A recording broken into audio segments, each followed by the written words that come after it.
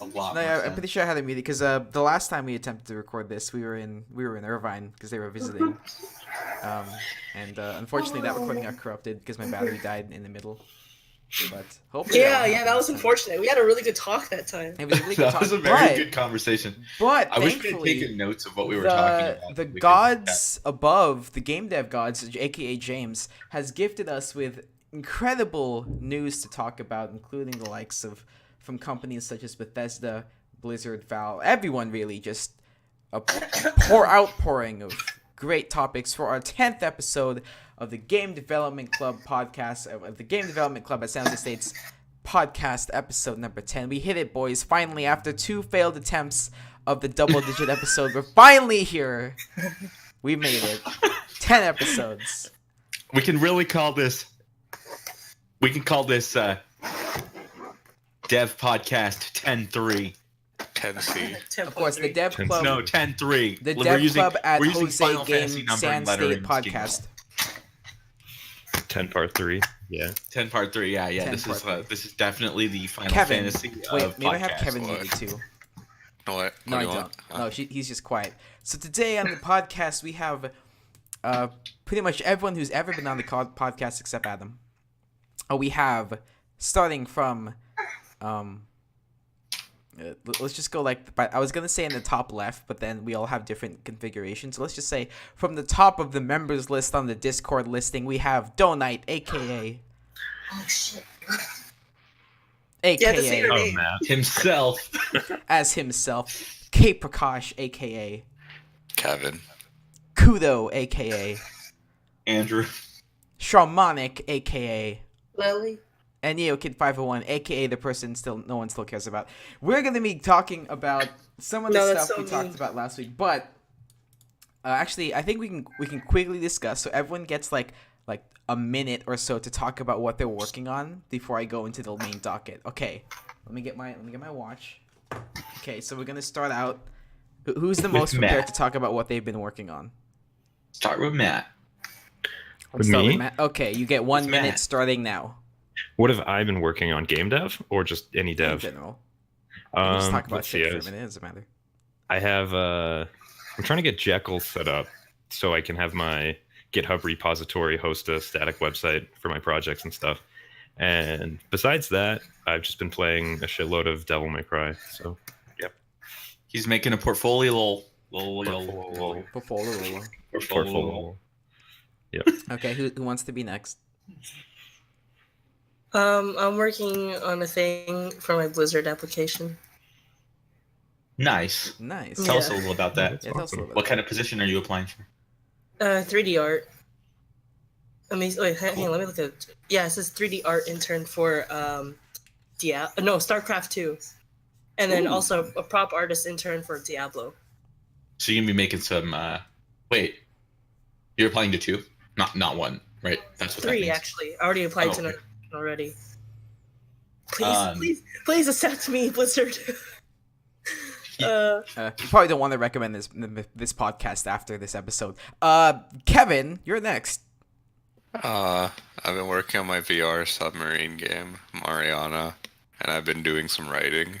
That's about I'm it. actually gonna have a promo video for Mariana coming up because it looked really good, and I got enough footage to do it. So that one's gonna be coming up. Take on it from channel the soon. stream Sunday because I'm gonna add more It's also stuff. gonna be in the stream Sunday, but we'll coordinate that.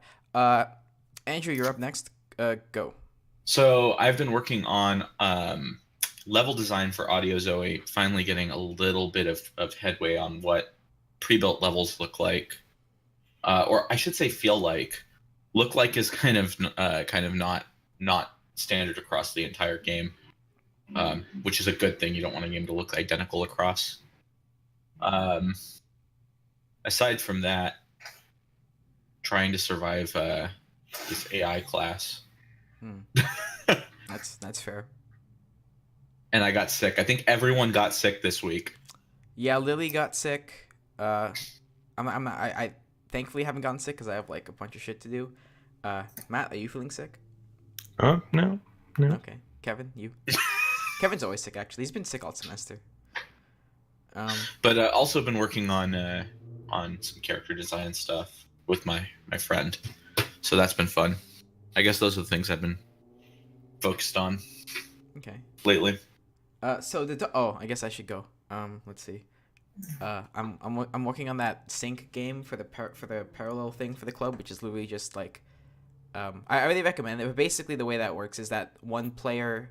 I already described it, so I'm not gonna go too deep into it. Basically, one player affects the health of another player, essentially. So for all of the, and it goes in a circle. So for everyone to survive, everyone has to succeed. It's like a co-op kind of game. I've added like 3 more mini games to that mobile duo game. I have gotten past the prototyping stage of the one I'm doing for Google Cardboard, and I'm still waiting on my animator to work on the Spartan game for VR. But in any case, we have an interesting docket. We have an interesting docket today. Our docket consists of Blizzard. Where'd Kevin go? R.I.P. Kevin. Like I started reading the docket, and then just his icon disappears from the. Yeah, he kept exploded. He'll be back. He kept. Or maybe not. He might be so back. Here we go. He's invincible. Actually, wait a minute. So top of the docket here, Blizzard. What the heck are they doing? Valve. What the heck are they doing? Activision. What the heck are they doing? And then at the end of the docket, Bethesda. They hecked up, and Bethesda. They hecked up again. And Bethesda, they keep hacking up. So, top of the docket, we had a pretty good talk about the whole Diablo Immortal debacle during the scrapped recording when we were actually in Irvine. But we're going to go over it briefly again because we actually have a really stacked docket today. We might extend it to next week. I don't know. But so the whole Blizzard thing that I want to just touch on is essentially Diablo Immortal mobile. Like their whole move to mobile with Diablo and possible monetization problems. Andrew, start us off again because you did a really good summary last time. Yeah, so last time we were originally going to just tackle kind of mobile games. A couple weeks back, I think it was 4 weeks back now, when we actually had podcast 9, I had mentioned that was right around the time of the Diablo Immortal announcement, and I had mentioned how Wyatt Cheng. And was very passionate about mobile games and how I thought that this was a good move for them. So basically, what had happened was there was a developer who was in charge of announcing the next installment in the Diablo franchise, which is a mobile. I don't even want to say a mobile first Diablo because it is a mobile only Diablo experience, and fans were not particularly pleased with that announcement. It is definitely an interesting one, though, because there's obvious complexity here. So, what did you want to talk about it, Carlos? Sorry, we talked about it for like probably 6 hours last time we met up, so I don't really remember. But no, because we talked about it before the podcast. I want to hold it. Oh yeah, I want to hone in a little bit more on the whether or not we think the game design is going to be compromised by it being on mobile, and whether we think it's true to the Diablo series to implement this on mobile. Okay, and we don't have much to go on, but so this is a little bit more. I can take some very small assumptions that are likely to be true, just because of the platform. There's likely a lot of what is traditional Diablo imagery may have to be cut if they intend to take it to a overseas market, i.e. the more Diablo-y stuff, like a lot of the death imagery. So it is possible that the art direction may be compromised a little bit. I think that what most fans are most worried about are the concepts of like over monetization or in-app purchases or things that fundamentally compromise the Diablo experience. And last week we had mentioned the auction house. I think that was a good conversation. We had talked a little bit about the Diablo 3 auction house and how the real money auction house allowed for players to interact with each other and sell items back and forth, and that was making Blizzard some money, obviously. But the one thing that I think a real money auction house has, and it would maybe be a good option for this game, but I think that's right now legal. That there's like some legal iffiness as to whether you can do a real money auction house is that if you do have a real money auction house, the players are only selling and buying items that actually drop in the game. And what's good about that is that even if it is pay to win, people still have to play to make those items exist in the first place. So, excuse me. So that's definitely, I think, one of the higher risk factors that Diablo Immortal has is that if they do make it like pay for some currency or pay for in some markets, it might be like pay for play time or whatever monetization strategy they use, they could really compromise the core experience. I think the movement and the actual like combat, while it won't feel exactly like Diablo, probably will feel quite good. And I'm fairly confident that the design team over at Blizzard is competent enough to make a fun game, whether it's a fun Diablo game or not. That is to be seen. I mean, I think part of the worry for a lot of people was that an image was leaked a while ago on, I think it was on Reddit. It was leaked a while ago on Reddit, where Wyatt Chang was seen with a bunch of the NetEase people, and NetEase is the company that they're working on with for Diablo Immortal. And part of what NetEase does is, if you're familiar, I mentioned this last time, but they worked on a similar game on mobile for Diablo. So like you said, I think the feel of Diablo is definitely going to be in this game, but the problem that a lot of people have right now is that the monetization model has not been confirmed yet. I think the auction house being in there could be another good way to do it, but the problem that people were doing is, I'm going to read this from an article that's posted about it. According to this Taiwanese blog, and it's linked, this picture was posted on NetEase's website, but was later quickly taken down. The slide appears to be discussing some sort of pay-to-win monetization model. Let me explain, with using someone's translation of the Chinese text because it wasn't Chinese. Briefly, what we are seeing on the slides is that the slide title is, quote, Gear Enhancement Basic Rules. NetEase and Blizzard are at the meeting. The person presenting is a NetEase manager. We can see Diablo Immortal's gear enhancements using veiled crystals. Just this alone, we can think of the money sinks involved. Wyatt Chang was confirmed to be in the picture, as well as a couple of NetEase employees. And I think... Wait, Matt, have you played Diablo? I have not, no. Okay, so I guess Andrew is a resident Diablo expert really quickly here. Do you know what veiled crystals are? I do not off the top of my head, because it's been a long time since I played Diablo. They do sound like a familiar item. So they do exist in the universe. Yeah, they are in universe, and the way that the slide seems to work, or the upgrading scheme works out, is that there's an actually, I'm just gonna post the image in the Discord. There is an item on the left, it's called a Ring of Jordan. It gives attack buff, and essentially, when you add a veiled crystal to your materials used to upgrade it, you get a higher % chance of the upgrade being successful. And that is the approximate translation that we've been given.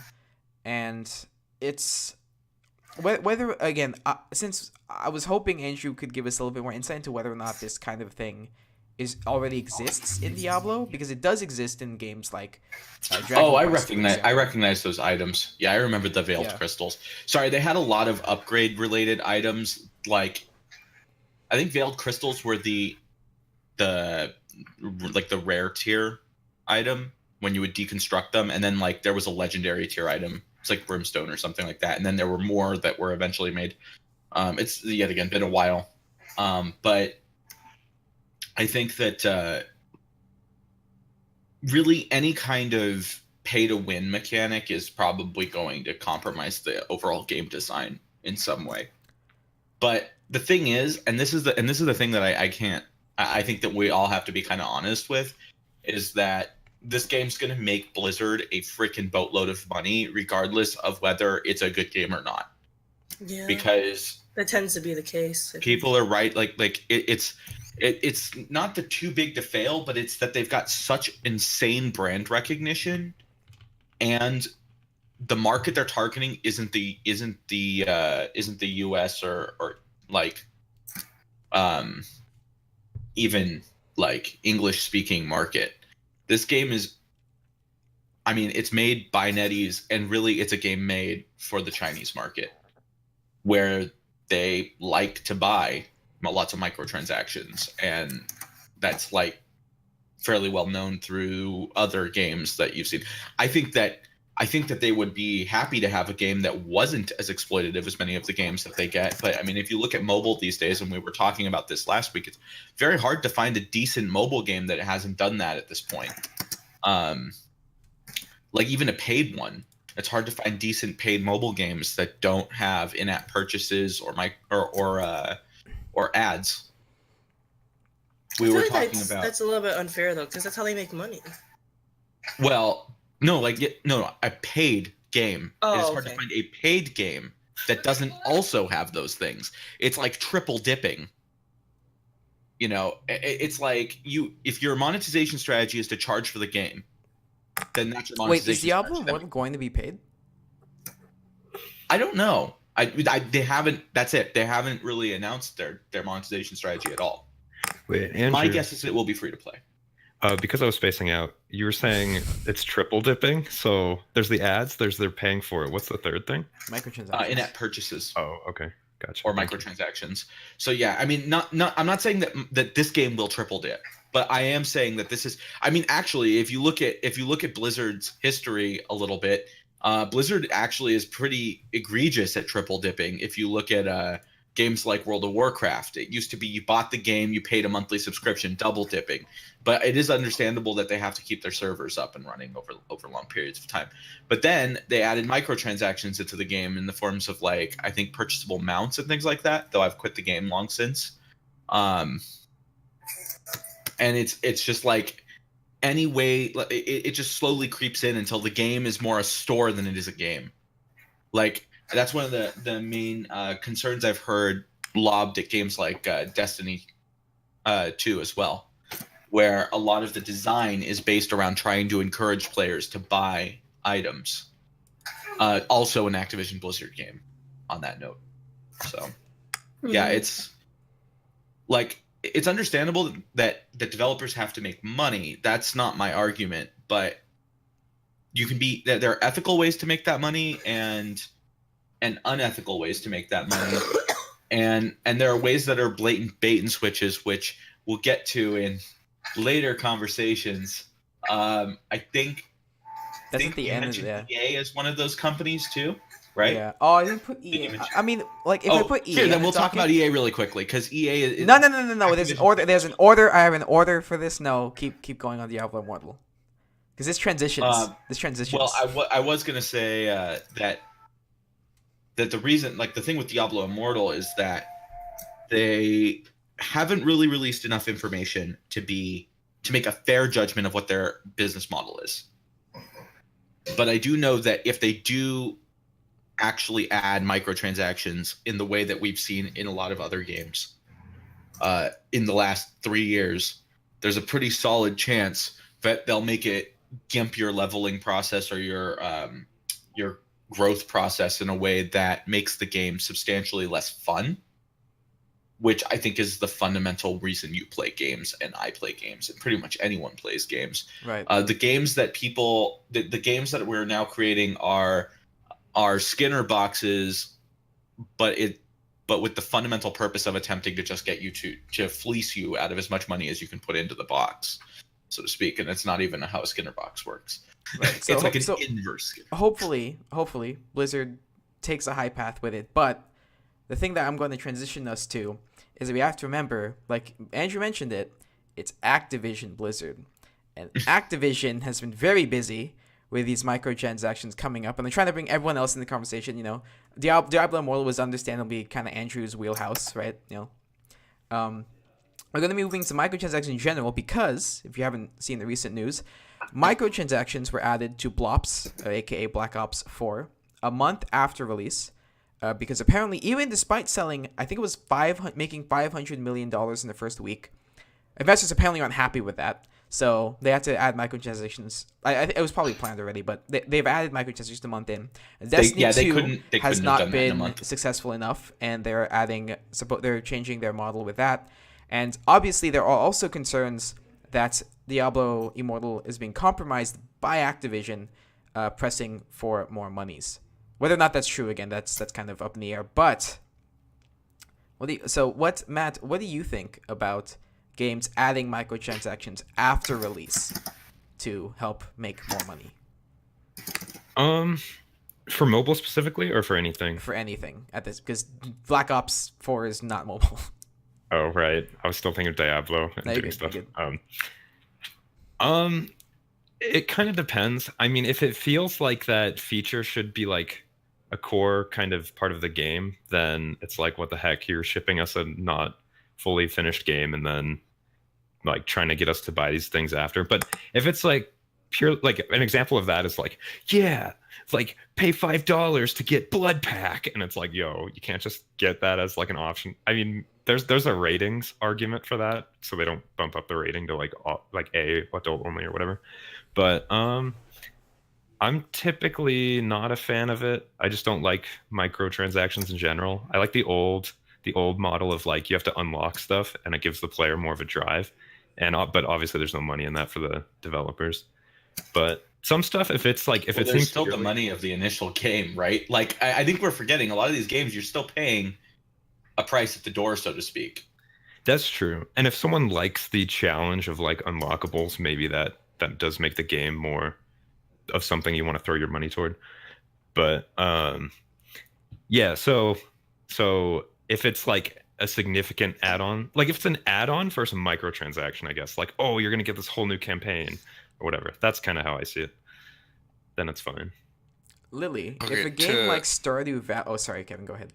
To play devil's advocate here, we also have to realize that these are companies and that video game prices haven't gone up in such a long time, but the cost of making video games has gone up significantly.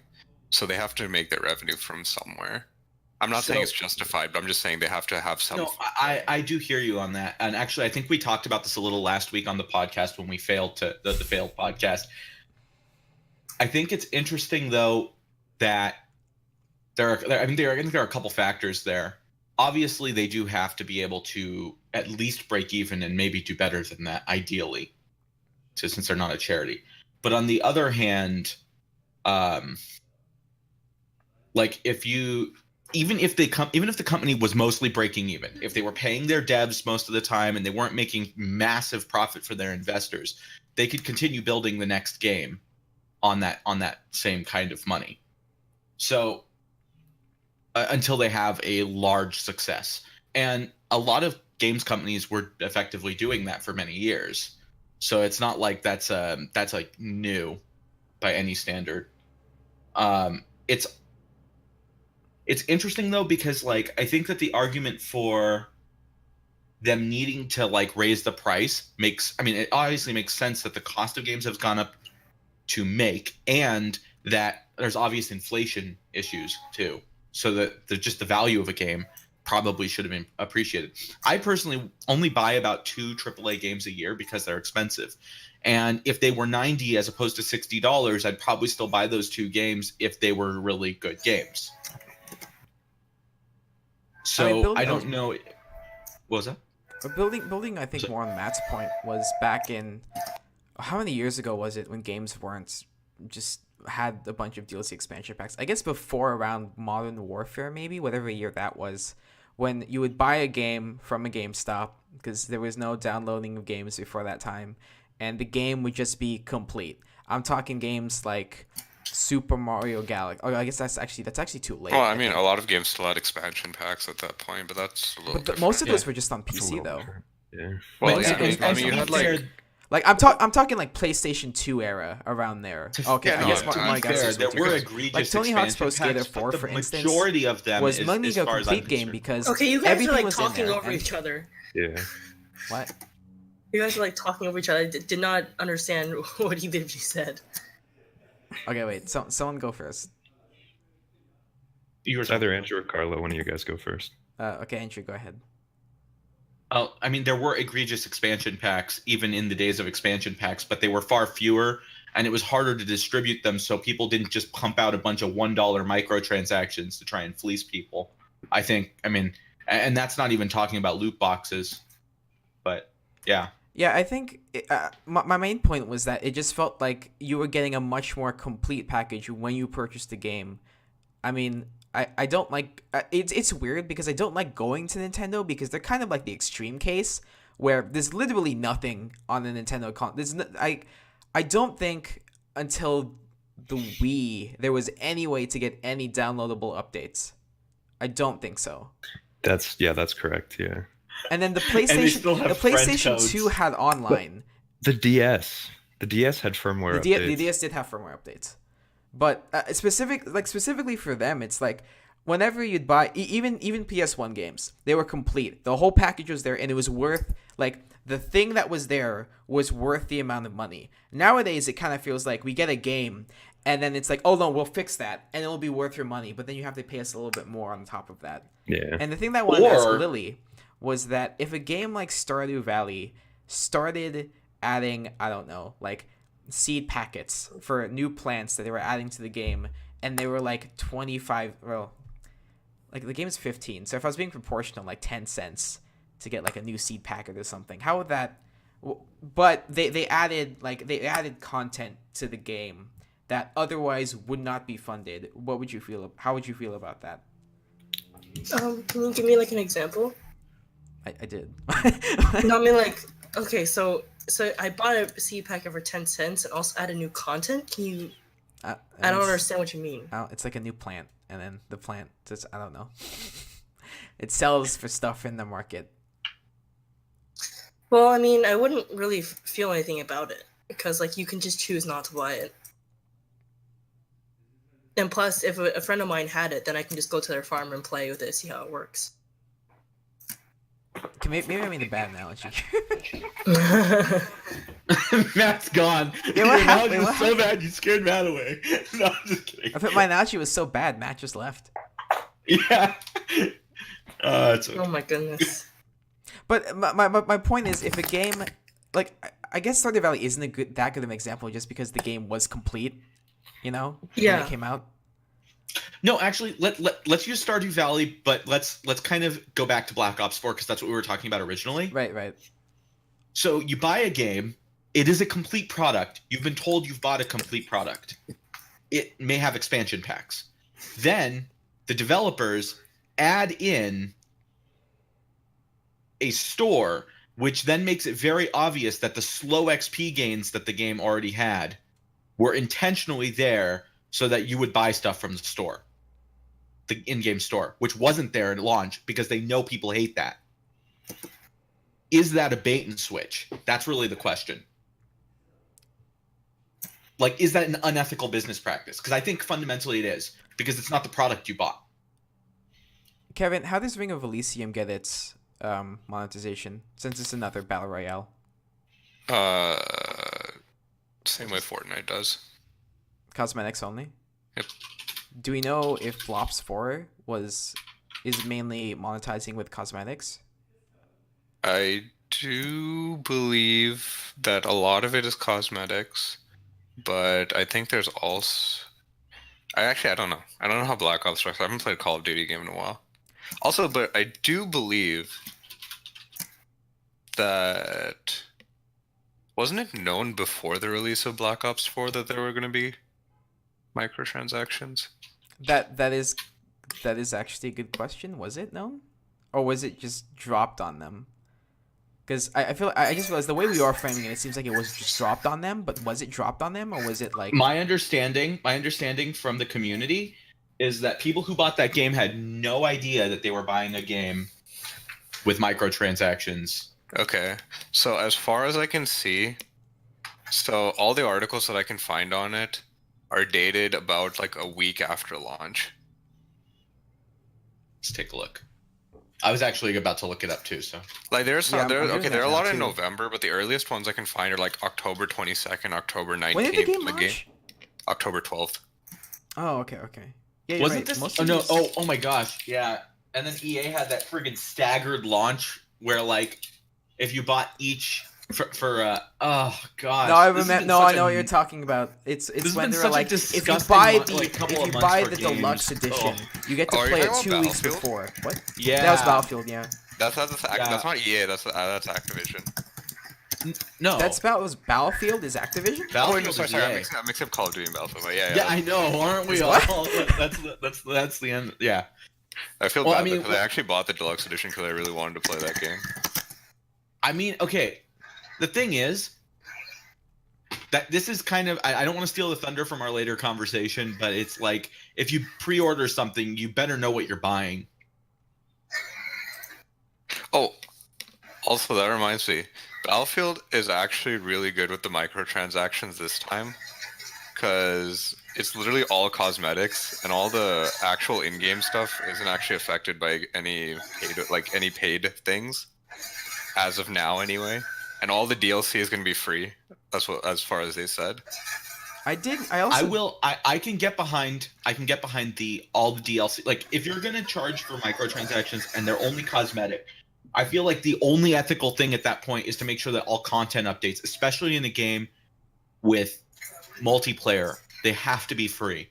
Because I don't know if any of you played like any of the older Halo games, and I think Bungie was pretty ethical most of the time. But when they would release a new like map pack, only a fraction of the community would purchase it, which meant a large fraction of the community wouldn't even be able to play it. And those people who did buy it wouldn't often be able to play it, because if they didn't buy it, then or if they had bought it but they had no one to play it with, they would never find games with it.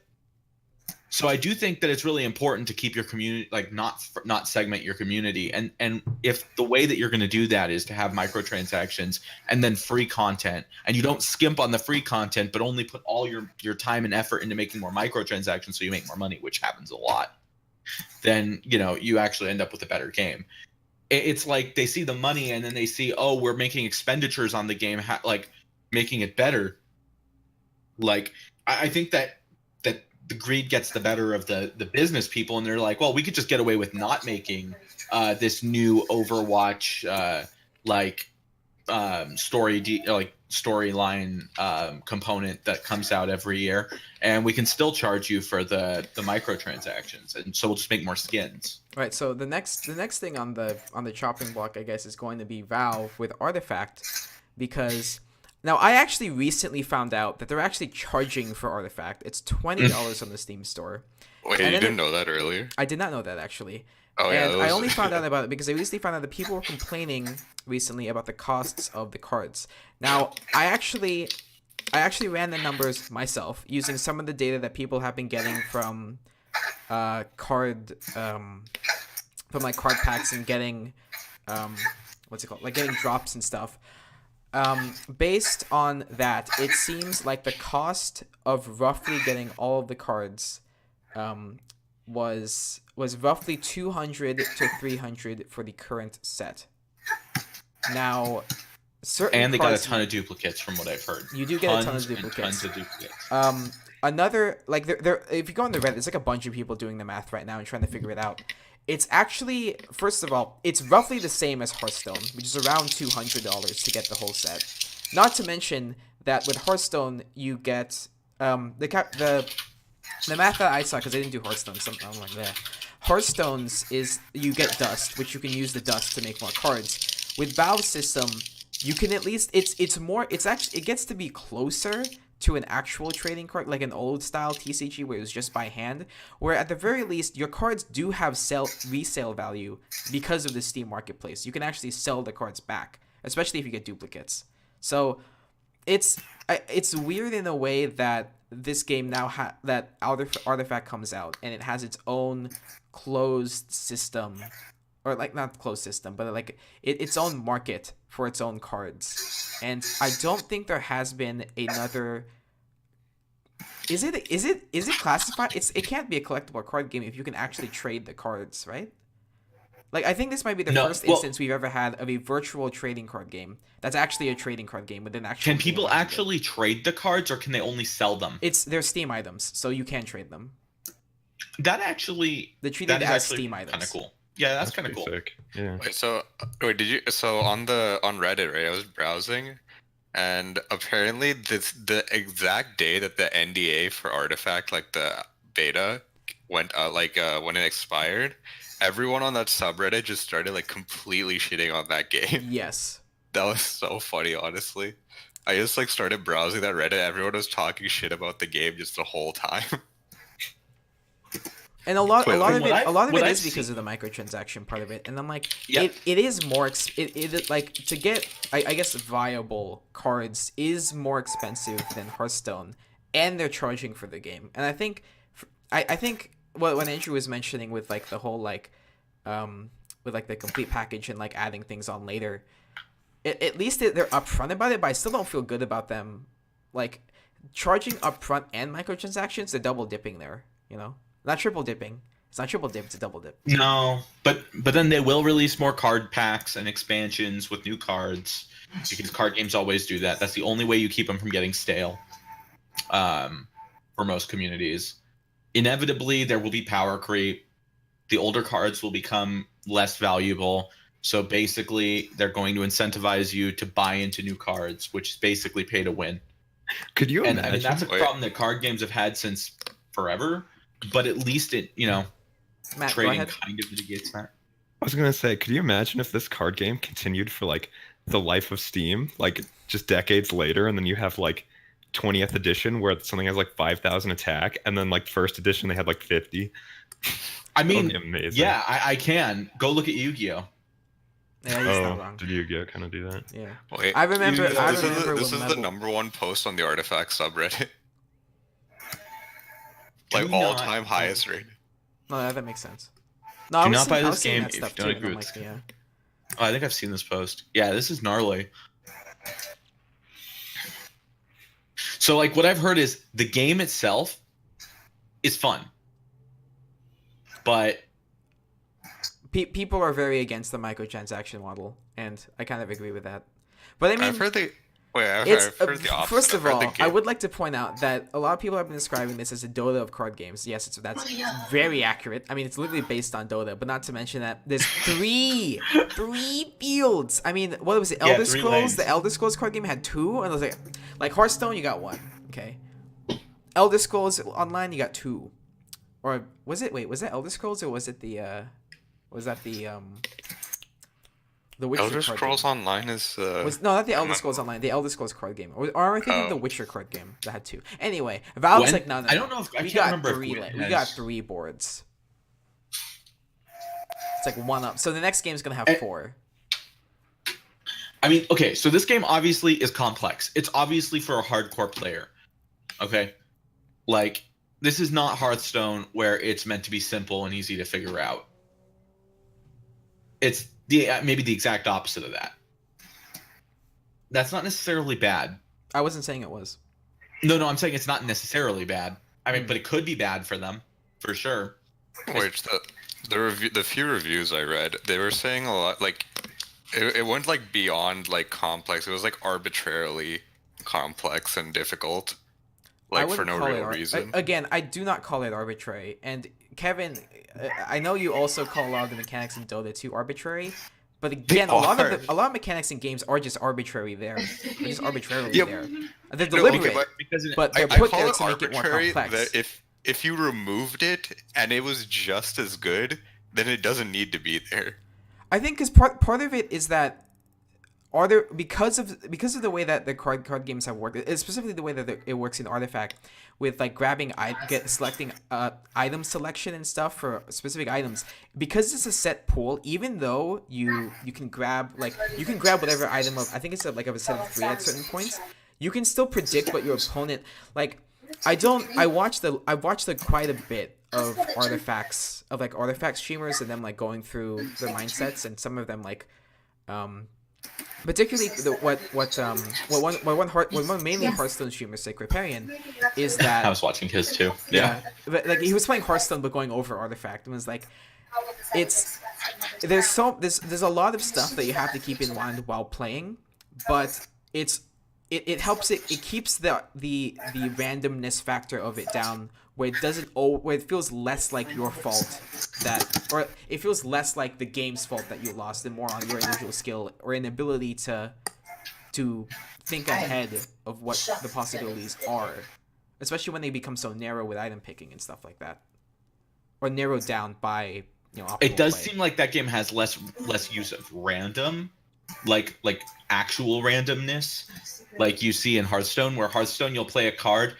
Like, what is it? Is it Yogg Saron? Yeah, You the play caster. Yogg my favorite Saron, card. and it just like, for those of you who don't know, it basically just plays a number of spells equal to the number of spells you played during the game, but they're random spells. And the That's random correct, right? targeted.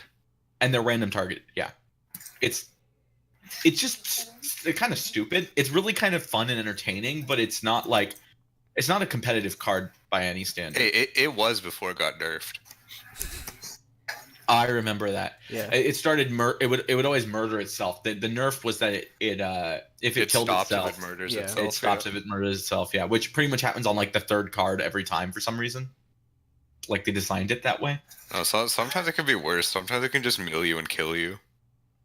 Yeah. Oh, it can. Yeah, it can totally kill the player. It's funny though, because that randomness does make Hearthstone not only more accessible but more fun. Like, or at least fun in the sense that you can kind of goof around in it. In games like Dota and I guess now Artifact, it doesn't seem like you can. I haven't seen a fun Artifact stream yet. It's always just been like them doing this, like intense concentration. Granted, it's also not that spectator friendly of a game, but Which is interesting because they're trying to posit it as an esport. I mean, you That's can't. it. I mean, those are two different things. Even Like, if how it's not is- spectator friendly, you can still be an esport. I think. I totally disagree. I completely disagree I've with you watched- as well. I Well, I can't. mean, I could not imagine watching a boring game to watch Well, okay, as an esport.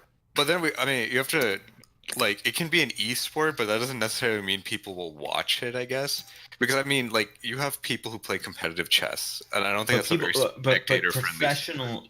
Yeah, but I would say that professional esports, like A lot of professional esports relies on money gained from viewing, from sponsors, and if they don't get viewers, they won't get sponsorships. And right now, especially with Overwatch League, they really had to work on the spectator aspect of it. They added the player icons after I think it was the first World Cup, so that people would have a better understanding where everything was. And Overwatch already was designed in a way that characters were easily identifiable from far away, because it had to be a spectator sport. Because a lot of esports gets money, gets viewership, gets the I mean, sponsorships. all that from depends on what viewers. kind of scale of esport you want. Because I mean, you could also just be the lacrosse of esports. And that's no. I'm saying Artifact's trying to.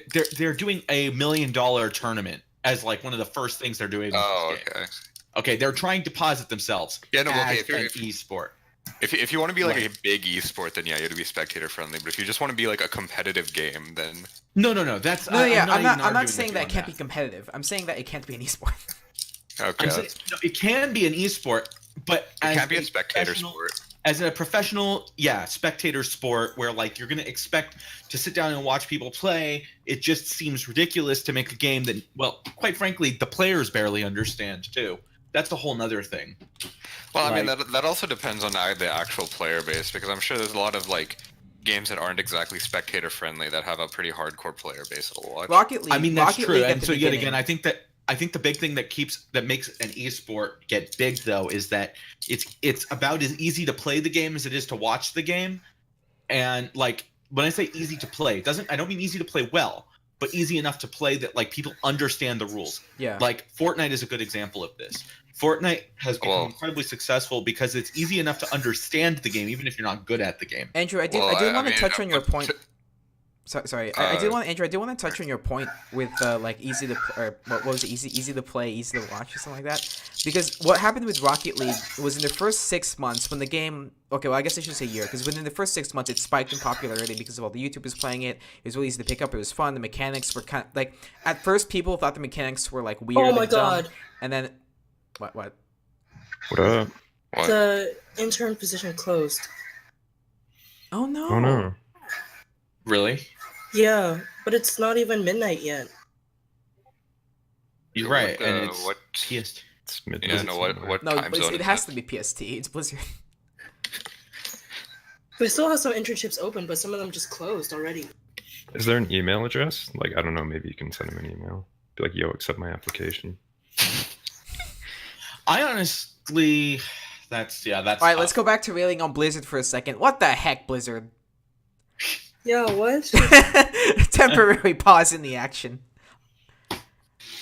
Now we know why Diablo Immortal's gonna fail Exactly. Can you believe it? Okay, anyway. because Lily's not part of that team. Yeah. Yeah. I feel sad. But like, so Rocket League for a whole year when it launched, it didn't have that much of a following, and it was primarily because people were complaining that it had no spectator option. Like, there's no option for them to do anything about that. And the one that they introduced initially was awful.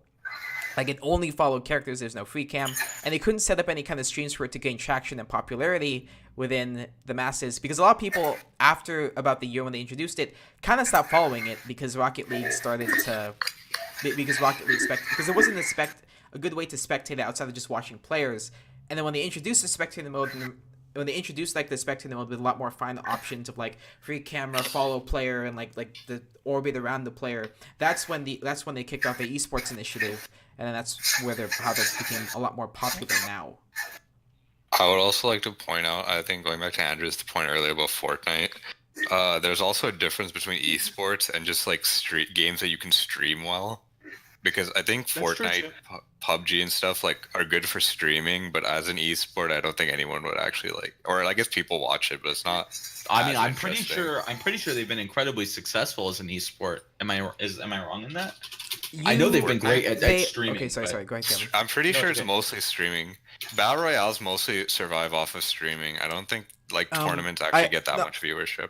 I will say yes, Kevin is right. They don't get that much viewership. There are tournaments sponsored by big esports companies like ESL and Intel Extreme Masters, which works with ESL. But no, I agree with it. I agree with both of you really that I don't know if battle royales have much of a spot as a primarily watched esports thing, mostly because there isn't really a narrative that can be built well from commentators or between games, because there are 25 or whatever large amounts of teams.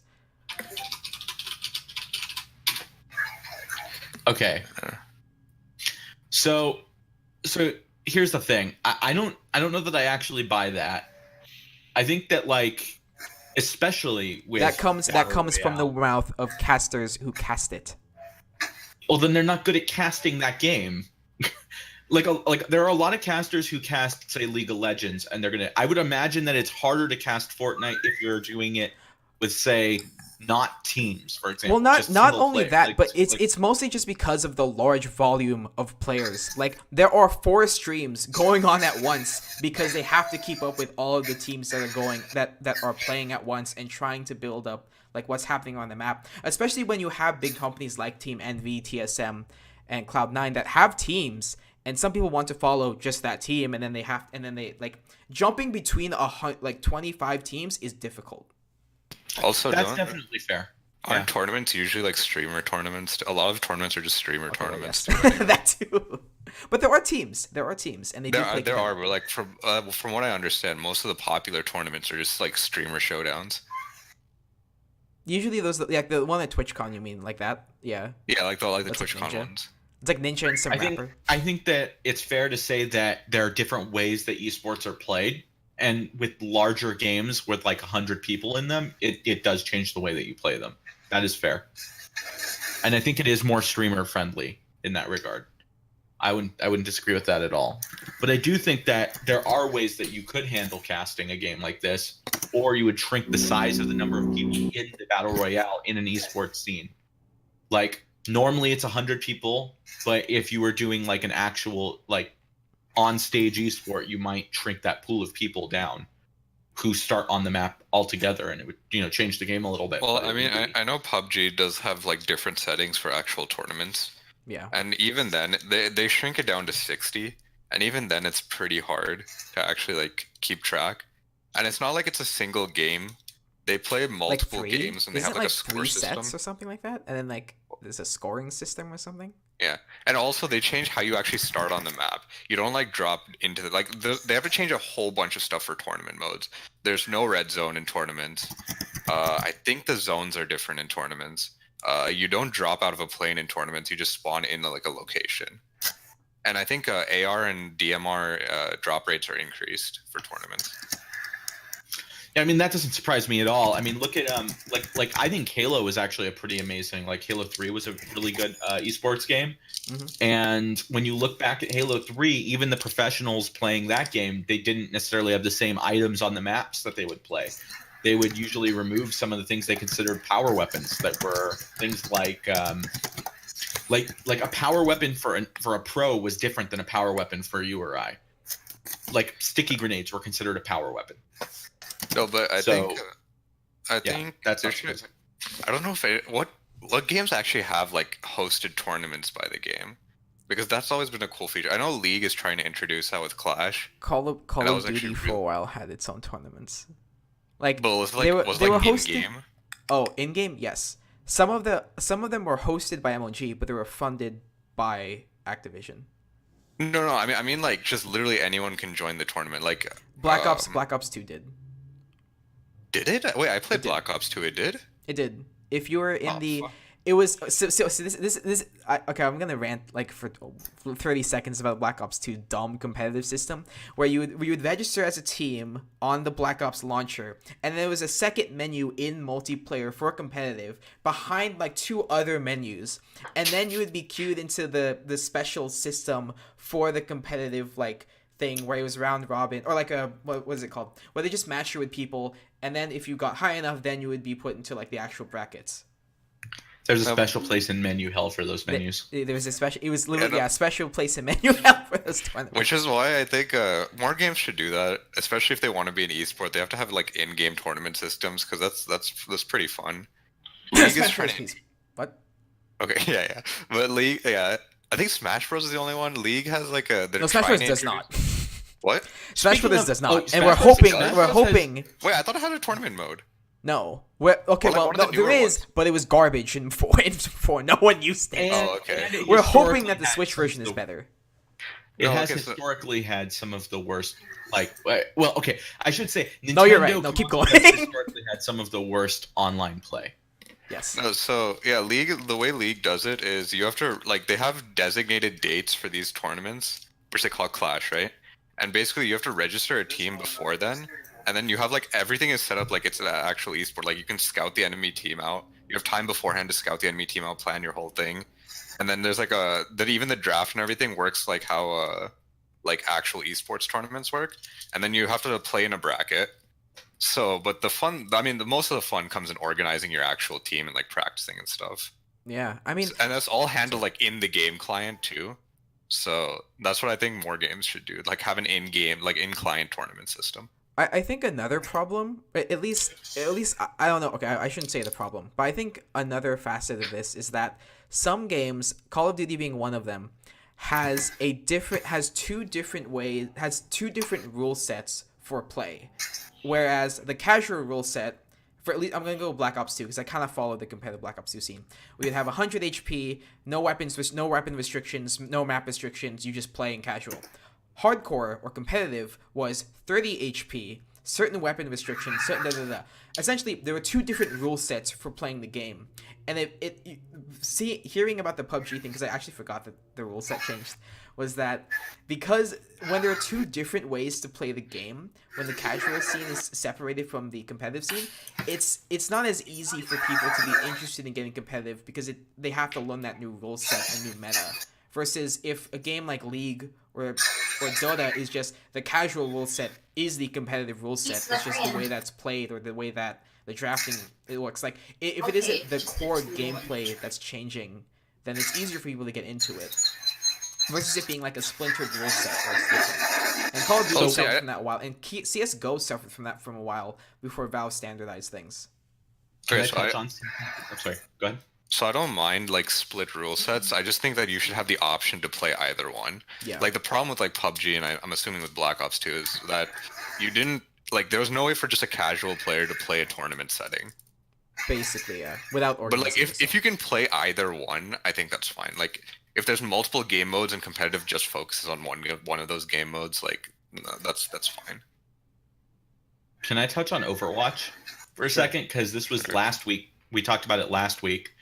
I think we'll try and condense this a lot more, but I think that there's still like Overwatch is relevant here because Overwatch we were talking about last week has changed a lot since its release.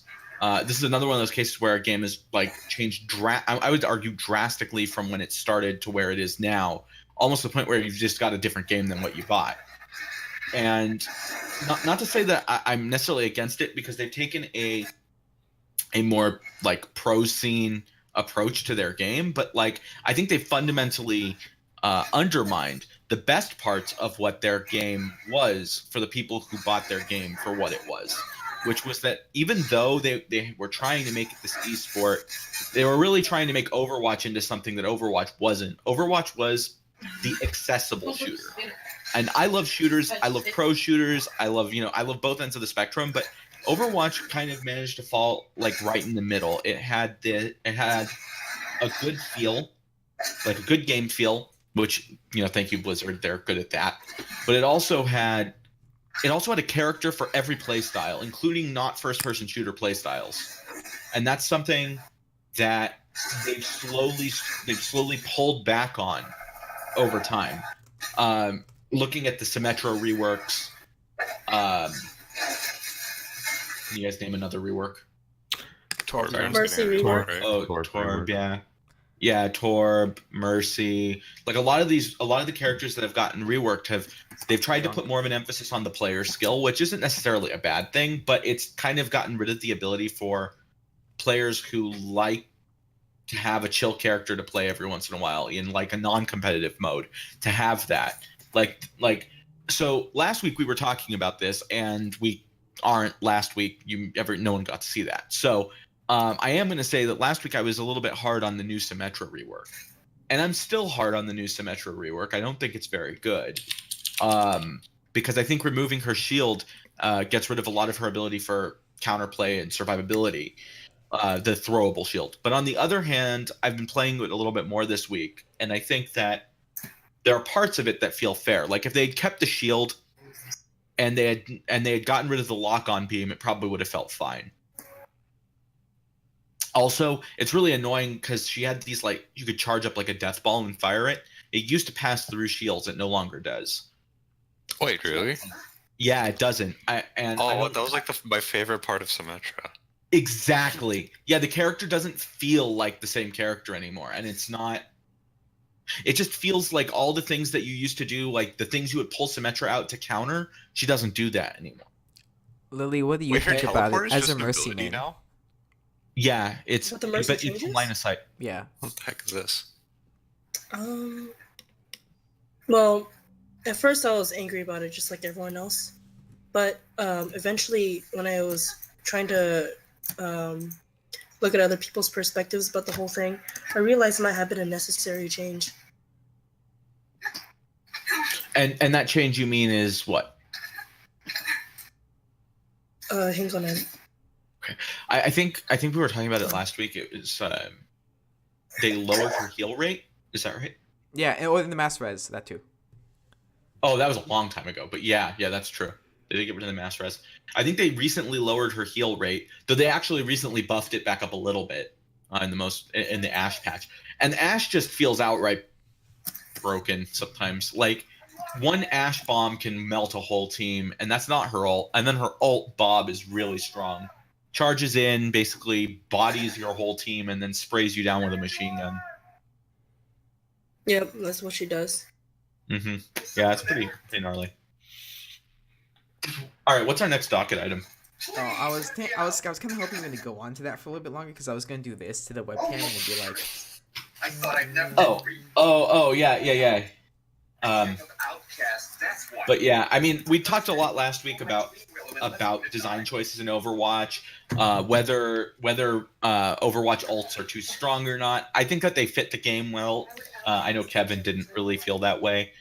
I felt like he felt that they were kind of need to be tailored back. I think we'll revisit the topics of character changes over time in games like Overwatch and League again. I do want to say one other note on that, though. No, so something that I was looking into is like what the Overwatch community thinks of Overwatch right now, like the people who are like even in the pro scene, and a lot of people are asking for the ability to like ban pick, like select one character ban per match, and I think that's interesting. Wait, sorry, just finish. Well, I feel like you could single out like Brigitte and totally mess up one of the more like like was it like the death ball composition or whatever, like where everyone, yeah, anyway, you can mess that up, but like to me it feels like banning a character is a fundamental, it's almost like banning cards in card games. It's a fundamental failure of like when you have to implement the ban system, you fundamentally failed as a designer, because like there are characters and compositions that just outright break the game. Okay, wait, no, but that's only relevant depending on the size of the champion pool. I will agree that, yeah, when you have a champion pool of like 150 champions and you're banning like 3, it's not that big a deal. Yeah, like, okay, no, because I was going to say in League you ban 5 and there's 142. So, like, yeah. I wish they had hit 200 before they stopped making champions, though. What is Overwatch? They're still making champions, what? What is Overwatch? No, I mean, that stopped. They were pumping champions out. Okay. I wish they had hit 200 when they were doing it like a champion every 2 weeks. Hit 200 and then did all their reworks when they had a huge roster. They have a big roster right now. Don't get me wrong. It's not like it's a small roster, but how many characters is Overwatch at? 22, I think. Is that right? I thought it was 30. I'm looking it up right now. So, How many characters? Because I think 30 kind of sounds reasonable for one ban. 21 characters according to Wikipedia. No, it launched that with seems 21. Yeah, wrong. that seems way too low now. Oh, okay, never mind. It's 29. There are currently 29. Almost 30. I think Okay. 40, 30-ish kind of sounds reasonable. See, for a ban, but I would agree with you if of those characters there was an even split between healers, tanks, and DPS. But if you actually look at the characters, they're like 6 tanks. They're like what? 12 or 18 DPS, and then like 6 healers. So you can easily remove a core healer or like something one of the players plays as their like favorite character every time, if they're a healer or a tank. But it just disproportionately affects healer and tank players, basically. I mean, I was going to say that I don't think Overwatch should, just because Overwatch is different than games like League and Dota, because you can actively swap out mid game. So Overwatch how can does do that too. I'm okay. Wait, I phrased that badly. I meant Overwatch lets you swap out mid game. Like you can't, man. If you could swap out mid game in a League game, you'd be like, shit. I need to refund my items. Got switched to Ashe or something. But like, because part of it is that if you're getting bodied or something in Overwatch, okay, clearly we're missing it. Like we need more tank, or when we were frontline, we just switched to a frontline. I'm kind of curious how bans would work in that. Is the character just banned? Like, is it banned for the first minute? Is it banned for the whole game? You can't switch to that character? I'm assuming it would just be banned for the whole game. There's no point in banning something for 1 minute. Oh, 1 minute bans and changes every minute? No, that's an interesting point, though. Like a 5-minute ban on a specific character would really change the meta up. That would be pretty cool. Like, that's actually really weird, because you're like, I really don't want them to do a rush comp as the first thing that comes out of the door. Yeah. So, Well, okay, but the thing That's is, kinda cool. with Overwatch, it's you once it's not like the time affects anything. It's not like there's scaling in the game. So like you ban it, once the ban is up, they just switch that comp and do it. You're just delaying it. But it changes momentum. By delaying it, you can snowball. And one thing, like even though you can have ult ready by that point that they switch to that character. You can, like, there are a lot of things that does. I mean, you're not just delaying it, because you, like, there's like we were talking about last week. There's that whole ulticom in. Okay. So we're gonna have the conversation next week, because Bethesda. Yeah, Bethesda. So this week was mainly supposed to be about all the shitty news that's been coming out, and on the cherry on top of the shit sundae is Bethesda, and man, they really just cannot stop fucking up, can they? Oh man, Bethesda. So where do we want to begin? Because I have a few things listed. I have the bad reviews for Fallout 76 due to poor. Some have argued falsely advertised game design parts, like game mechanics and stuff, because of like how they said it's the true single player Fallout experience and there's no NPCs. And then of course we have more recently the canvas bag false advertising, and people one like like media person like Yang Ya has actually made a comparison with the official FTC guidelines that they have actually broken the law. And so where do we want to start, honestly? I heard that they try to give players like compensation for what they did. Yeah, 500 And someone said that like if you accept that, that's basically acknowledging that like that you've been You accept compensated or that, whatever, and yeah. then you can't sue them. So for it. Yeah. can I give a quick synopsis about the canvas bag situation? About the what? Okay, I'm assuming the silence is a yes. I can give the synopsis. So basically, You No, like- no, I mean like unfamiliar- I didn't. You cut off. I didn't hear what you said. Oh, I'm just gonna give a quick synopsis about the whole canvas bag situation. Oh, sure. Go ahead. So essentially, in the Fallout Collector's Edition, I'm not sure what the name. Isn't it like what's the name of the Collector's Edition? Who knows? Oh yeah, it doesn't matter. You would receive a copy of the game, a board with like some collectible Fallout figurines on it. I think it's like to play like a chess, but like with minifigures and then whatever. A helmet and a canvas duffel bag to carry it all. It would be stylized in the same of like I think it wasn't Vault Tech. It was like some other tech company. It was a canvas bag to hold everything. When people got it, they realized that it was a nylon bag, and people got pretty upset about this because in the promotional material it said underneath it canvas bag. It looked In like a text. canvas bag. In text it said canvas bag. It looked like a canvas bag. The text below it in the description said canvas bag, and when they got it, it was nylon, and they were given no updates about it. And then after a Reddit post went viral and people got pissed about it, Bethesda tweeted. I don't know if they emailed people who bought it. They might have. I have no information on that, but they tweeted that if anyone wants, like, they understand that people feel disappointed about the collector's edition, and we're offering 500 atoms, equivalent to approximately $5.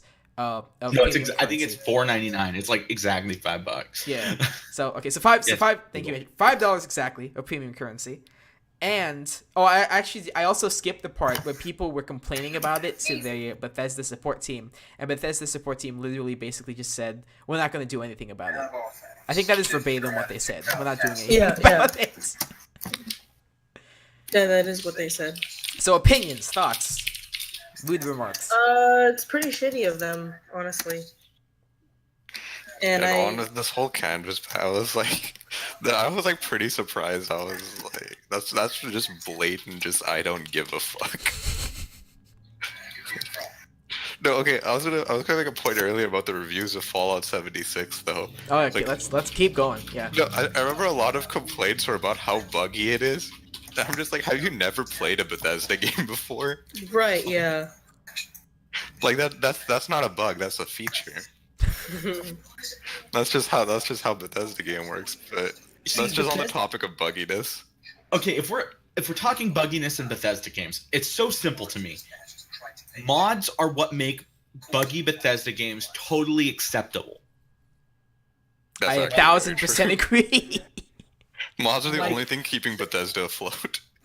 And when they try to do paid mod debacles, they shoot themselves. Oh, in I the foot. forgot When they try to did do- that. Multiple times they tried to do that. I forgot. Like- When they try to do things that basically undermine the community around their games, they fundamentally fuck themselves. Excuse the language. And You that's know what? like, You cut off when you said that, like oh no, mid-word. I purposely did that. Oh. Like I kind of, Oh, but like, that was cool. yeah, no, that was purposeful. But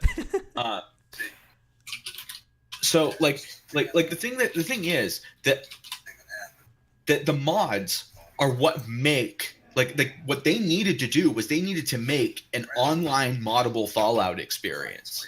If they were going to remove the NPCs, but they added the mod ability into the game, it like I don't know how they would go about doing that, but those Yeah, are the kinds of things that push the boundaries that people need to be pushing. Kevin, go Like- ahead. I was gonna say, like, how does the logistics behind server like online mods work?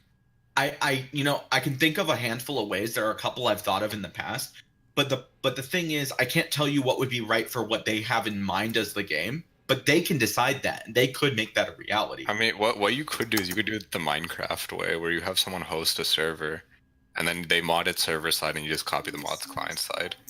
Right? Yeah, exactly. It would That's just the only like reasonable way I can think of doing like online mods. It doesn't necessarily have to be hosted locally, though. It could be hosted by them. Well, I mean, then that's kind of hard for them. They would have to pay for the server hosting then. Aren't they already?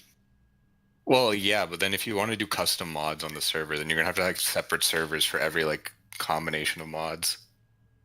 Well, you would have separate instances.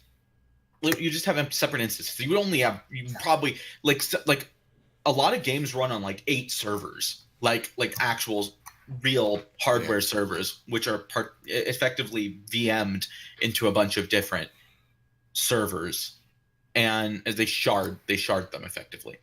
Well, I mean, but a lot of those run with the same settings too, because like each of these has to be customized settings, and they have to be like modifiable too. So I think logistically, it might not be feasible for them to host it, or you would have to pay for them to host it. Oh, like Minecraft Realms? Yeah, like Minecraft Realms. See, the thing is, as much as I agree, if they're already making money up front, and if they did still put something like microtransactions like they're already doing, they're going to be making more than their money share. And even if they didn't do the microtransactions, like, I feel like they can afford to eat those costs, to be honest with you, especially with as shoddy of a performance as they released.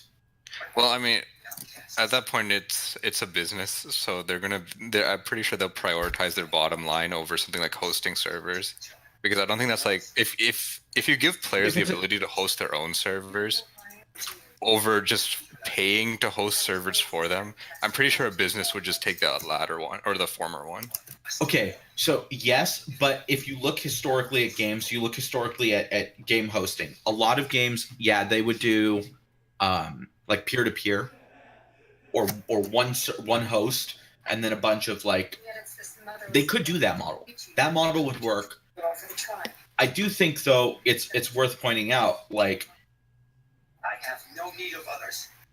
it might save them a little money in the short run, but they're going to make their money. Like, that's just the cost of doing business. If you want to make a persistent online world and you want to do it right in the spirit of your brand, you have to do it right. Either they needed to spend the extra money, i.e. probably a year of development time to have NPCs in the game, or they did the exact same thing with the mods, but they added years and years worth of people continuing to buy and play this game. Because I'll tell you, online games don't have the shelf life typically. Like online server hosted games by the in-house development team usually don't seem to have the shelf life if you accept MMOs proper. Like, well, I mean, if you look at World of Warcraft, that depends on what genre it is, because MMOs survive a long time, MOBAs survive a long time. Well, that's what I was saying. Like if MMO is proper, and I guess MOBAs do have a pretty like large shelf life. Shooters die down, but they actually don't like completely die off. People still are playing like Bad Company 2. People would still be playing Halo 2 online if they didn't close the servers for it. Yeah. In fact, I think they still are though via what is that? Not Anniversary. Halo. What was their remaster or whatever that they released? Master Chief Collection. Thank you, Master Chief Collection. Yeah. Massachusetts collection. Yeah, the Massachusetts collection, only sold in Massachusetts. It's all right. This was the Virginia collection of Bethesda, and it was sad, to say the least. You know, like, here's the thing. I want to like Bethesda. Like, Bethesda's made a lot of wonderful games over the years. ZeniMax, their parent company, is the parent company to id Software, which I love their games, and actually, up to this point, have managed to stay fairly ethical on the microtransactions, which actually the big thing that scares me with this whole Bethesda debacle is if they didn't make their money, I'm scared they're going to try and shoehorn microtransactions into Doom Eternal. What about just to try and make their money back? I think another concern that people are having too is if this is the direction Fallout is going, what is the direction that Elder Scrolls is going to go in? And I mean, I wanted to bring like. I wanted to ask this question a little bit sooner, but is Bethesda relying too much on the mod community to make their games good? Maybe, but I Like, mean, is if it Skyrim? works, Here's the weird thing. I don't think any of us like. I don't think any of us can go back and play unmodded Skyrim, right? Does that mean unmodded Skyrim is bad? no, it I just means could go modded. back and play it, but I wouldn't enjoy it as much as I would if I modded No, it. okay. See, the thing is, if you've never played Skyrim before, you can play unmodded Skyrim just fine. Mm-hmm. But if you I mod it and you're like, wow, this is just so much That's better, it, yeah. then you can't. So it's not that it's bad by itself; it's just that it's so much better with mods. So was Fallout I agree with 76 that. just bad on its own? Because I haven't played Fallout 76. I mean, I haven't played it, so I don't know. Has anyone played? I Actually, can't- tried or played Fallout 76? I unfortunately have not played it by hand, but I have watched a lot of streams of people playing it. And while I do think some of the criticisms may be a little blown out of proportion, I think some of them seem fairly fair, even just watching the game. Like everyone complaining about the graphical fidelity of the game, I feel like that's a little unfair. I don't think every game needs to be, you know, what's a beautiful game that came out this year? God of War. Not every game needs to look like God of War. Spider-Man. Spider-Man, That's a good one. Red Dead. It doesn't need to look like that, okay? Like, I don't think people's expectations of Bethesda are they're going to make the most beautiful game you've ever seen. Though sometimes those were They'll make a Bethesda game.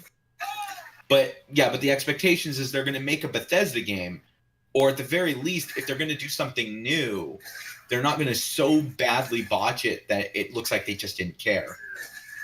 Like, and I think that's how people are feeling, is that it feels so badly botched that they don't care, that they're willing to ship people, like literally bait and switch people who made the $200 pre-order by sending them a bag of shit, basically. I mean, let's be honest. The bag is literally made of shit.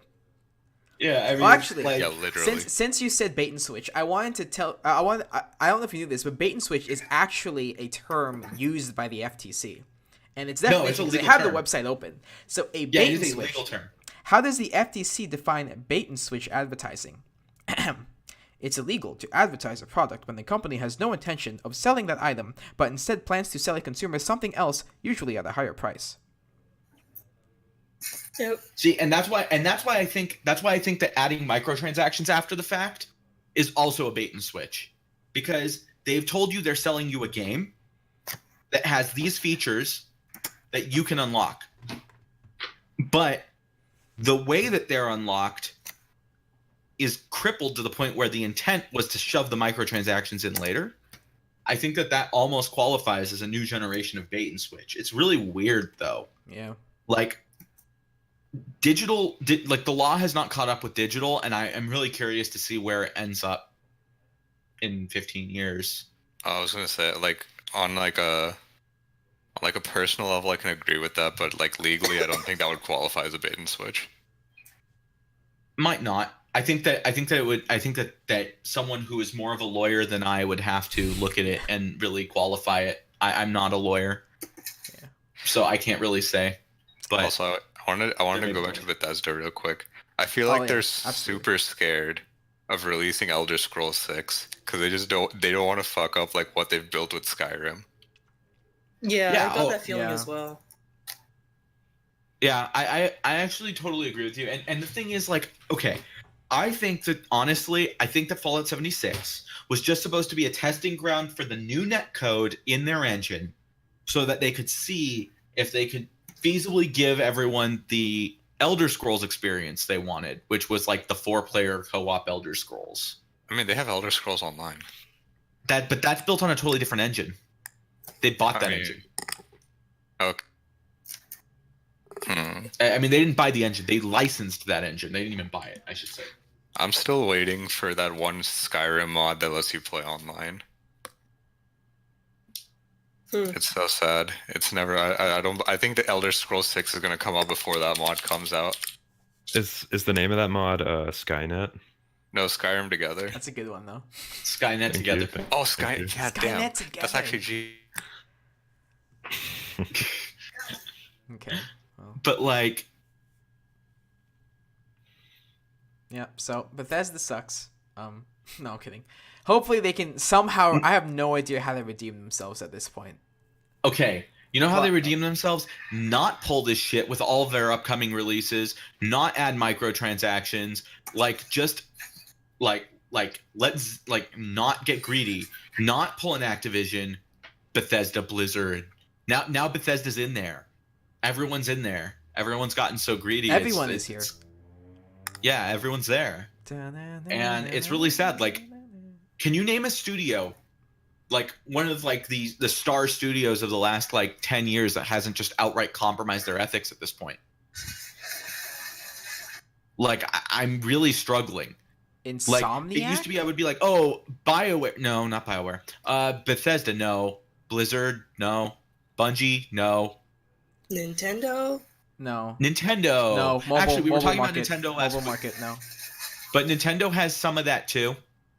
But Nintendo has been at least overall a lot better about it than If we others. ignore the Nintendo, mobile market, I think sure. Nintendo is slowly starting to lose its touch. But on the other hand, Nintendo, up until recently, was cease and desisting people who were playing their games on streams. So I don't know if I could say they were much better. It was not a cease and desist. It was you just can't monetize it.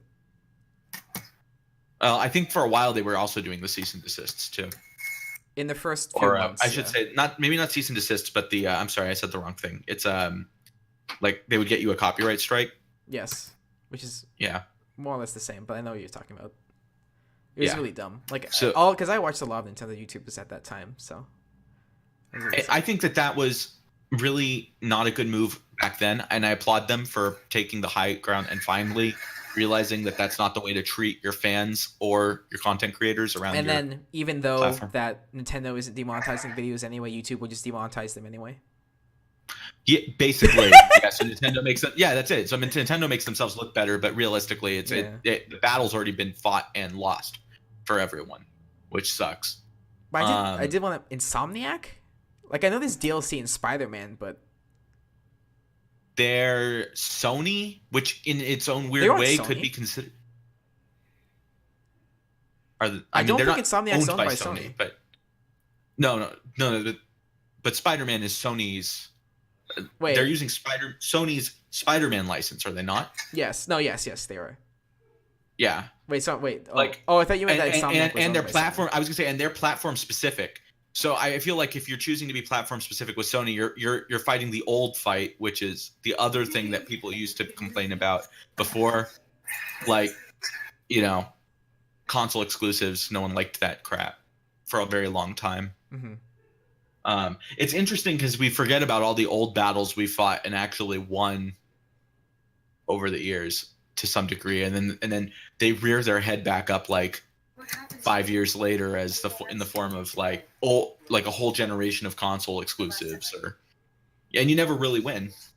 The industry has to make money, and that's for sure. But the thing is, the games industry isn't just a car manufacturer, for example, where a car manufacturer has to produce a car and they can produce it as cheap as they can produce it. But if they,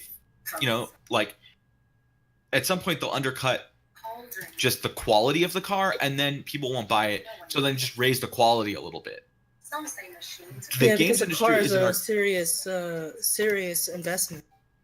Well, no, it's not. A game is still is a serious investment of your money and time too. What I'm saying is, but a car has that's something that's really heavily regulated.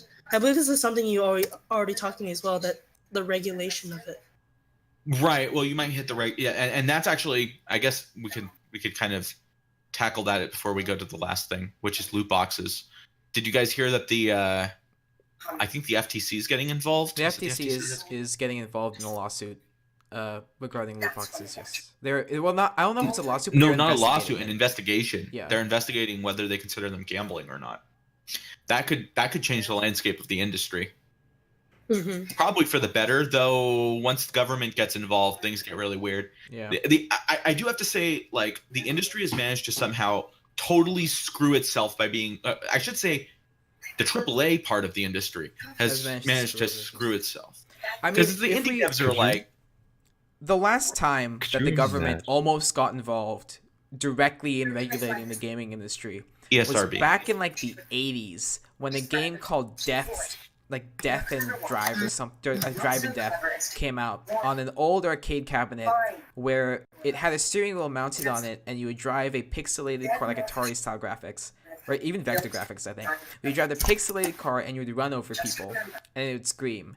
And then people complained so much to the point that that the government almost had to get involved to start regulating video games, until a bunch of companies came together and said, okay, fine. They formed the ESRB, and then the ESRB started to regulate, or start to not regulate, but start to regulate and brand these games as like E for everyone, and yada yada yada. And then Peggy came along for Europe, and then they formed their own regulation system, and then the government backed off because people stopped complaining about it. Now, people have gotten pissed about loot boxes, and the government's looming overhead.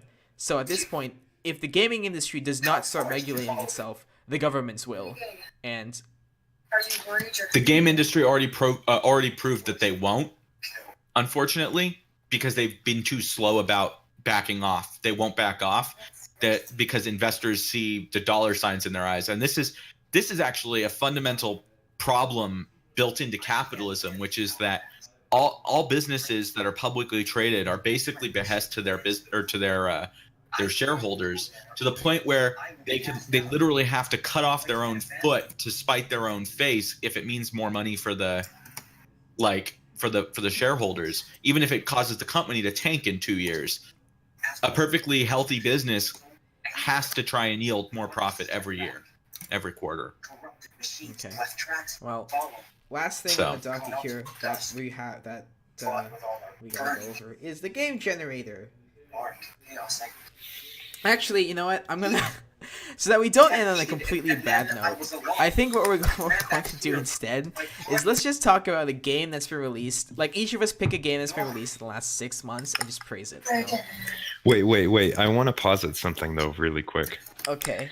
What if Blizzard moved their company headquarters to like a Native American reservation? Do you think loot boxes could be legal? No, because it's released internationally. Also, it's not that Okay. It's not that gambling is legal on reservations. Yeah, it's casinos specifically. That was a little bit racist, Matt. No. I see his point. I think he could have used like a different country instead of a reservation. He was just trying to choose somewhere that he knew that gambling was legal. Yeah. Hey, Well, man, then that's I just didn't say there's unfortunate, anything then. wrong with it. Okay, anyway, go on with your next point. No, the next point is pick a game and praise it. It has to be released in the last 6 months, because it's not all been a shit show. You know, it's actually funny. I was literally looking and trying to find a game released in the last 6 months. Oh, not AAA. It does not have to be AAA. No, and there's been a deluge of stuff on Steam, and I haven't played any of and it's really hard to find a good game on Steam nowadays, because even though they're adding filters, they're just not quite there yet. It's hard to stay positive on this one, because even so, like, I played Mario Odyssey, but that came out like last year. Like, I just recently finished that, and I thought it was wonderful. Deltarune. Oh, you know what? Deltarune. That's true. I'll give you that. Red Dead Redemption 2. I was gonna say I don't have a PlayStation. Fallout so 76. anything that's not PlayStation, Spider-Man, you know what? To someone, Fallout 76 is probably a good game. There's probably someone out there who's really enjoying that game, and I feel like a lot of people actually enjoy the game. They're just complaining about it too. You can enjoy a game and complain about it. That's true. You can simultaneously like 90% of something and wish the 10% that wasn't so bad was better. I think that's totally reasonable. I think that we'll hopefully see Bethesda really invest and double down on making that game a better experience for the players, and really flesh out what they were really aiming for over the long term. But Celeste, I didn't play it, but it looks like a lot of fun. Was Celeste really that recent? It was this. No, you know what? Was it? It was this year. I think it was this year. Am I wrong? I'm not sure you can reach. I've heard they closed the gates because. Celeste. Matt, why did they close the gates? Yeah, that's Wait, what I for want to what? know too. There's another position I was trying January, to. never mind, something not within for, the last 6 and then that one just closed as well. So Celeste was the very beginning of the year. It was the very beginning of the year. I Okay, really pass, can't. yeah. I don't know. Oh, here, you know what? You know what? There's one last thing we can talk about on the note of the thing you were talking about. Other people choose your games, but I will bring this up later. Oh, okay. I actually thought Super Mario Party was pretty good. Like, I did not get to play that, but it sounds fun. Hey, you know what? You know what game of the year is going to be, right? Smash next month. you know, as excited I am Probably. for the new Super Smash Brothers game, I'm not so sure if it really can get Game of the Year. Mostly because Red Dead Redemption 2, man, is real good. I also So is Spider-Man. If it's released in December, doesn't it usually count, or like towards the next end of year. the year? Yeah, It well, doesn't usually it usually counts count for for the next next year? Guys, I'm panicking a little bit. Why? Blizzard, get your shit together. Like, No, because Blizzard is like slowly like one by one like closing out the intern position things. Now there's no art positions left. oh no. Wow. You could still try and send them your resume, but if they close the positions, like the thing is, you know perfectly well, Blizzard probably is swimming in resumes. If in all honesty, Yeah, basic thing is like I'm not bummed about it because I already sent one the other day and that one already went through. It's just that I didn't get the chance to submit any art related ones yet. what did you submit for? Film production assistant. You might end up with that position. I will say that you. They might consider you for another position. Never know. Yeah, but I didn't send them my portfolio because I was still building it. But they asked maybe if I get an interview and they ask to see it, I'll have it ready. Is that honestly, possible? I would definitely I would just apply to other places too. I know that's like No, I mean yeah, of course. Like Blizzard's not going to be the only place I'm going to apply to. It's just that I was like really putting a lot of effort towards Blizzard because their deadline is so early. Because they get Yeah, they I get so many understand. resumes. So, but the thing is, I'll definitely use what I have now to apply to other places as well. I mean, Because, because if you got your portfolio and your resume up to Blizzard standards, then you're gonna look like a freaking star anywhere else you apply. I mean, yeah, like if I do get it, but it was not an art related position that I got at Blizzard. So, Gotcha. Well, I mean, at least you tried. Like sometimes that's the best you can do. Like I have opportunities pass me by all the time that I wish I had taken. It's part of life. I can't really say. I can't say it's perfect. It's kind of a mess. Okay, I'm trying to end this podcast on a good note, but Blizzard I am cannot too. stop fucking up here. really, tell me how. What do you mean? Wait, No, which no, thing? I'm saying that like their freaking internship goes down, like the intern applications go down before they're supposed to. Like I understand if they already found someone, but they could have notified people a little bit ahead of time. Like, oh, we already found someone. Just don't bother applying. That is really interesting that they closed Yeah, it why are they before the closing it actual early? close time. Unless Also- they listed the time zone. But anyway, Andrew, please Here's tell the me whatever positive you were note. preparing can end this on a good note. The Game Awards. Oh, on Steam? No, the actual Game Awards. The Here, one that no one I'll link watches? it. Yeah, that no one watches, but apparently is going to have. There's rumors that they might announce Death Stranding this time. Dude, that'd be exciting. Like actually. Did you do see that stuff leak that what is his face? Nolan North or North Nolan? No, it's Nolan North. Nolan North, the voice actor, said, "Yeah, I just finished voice acting for the game. It's huge." Okay, he didn't File say it size. like that, but he did say it was a large game. Yeah, the thing is, like they had like 49 open positions like 10 minutes ago, and I refreshed it, and now there's only 35. That's so That's weird. Why? disappointing. I think it's just weird that they announce one time and close it early.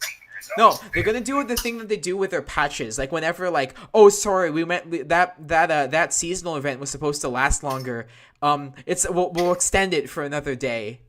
Now all the positions that are left are for like programming or like marketing or analytics and stuff like that.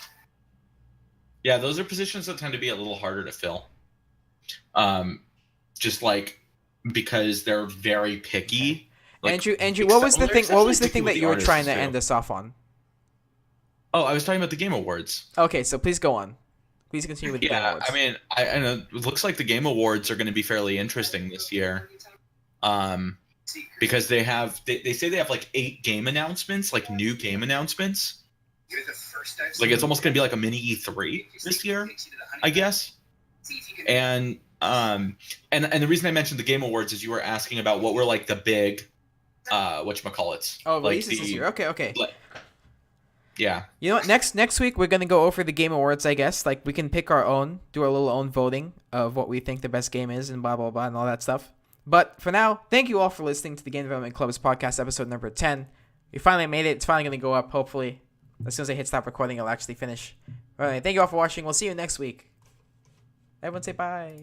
Bye. See ya. Matt. I think Matt's Matt's lagging. lagging. Okay.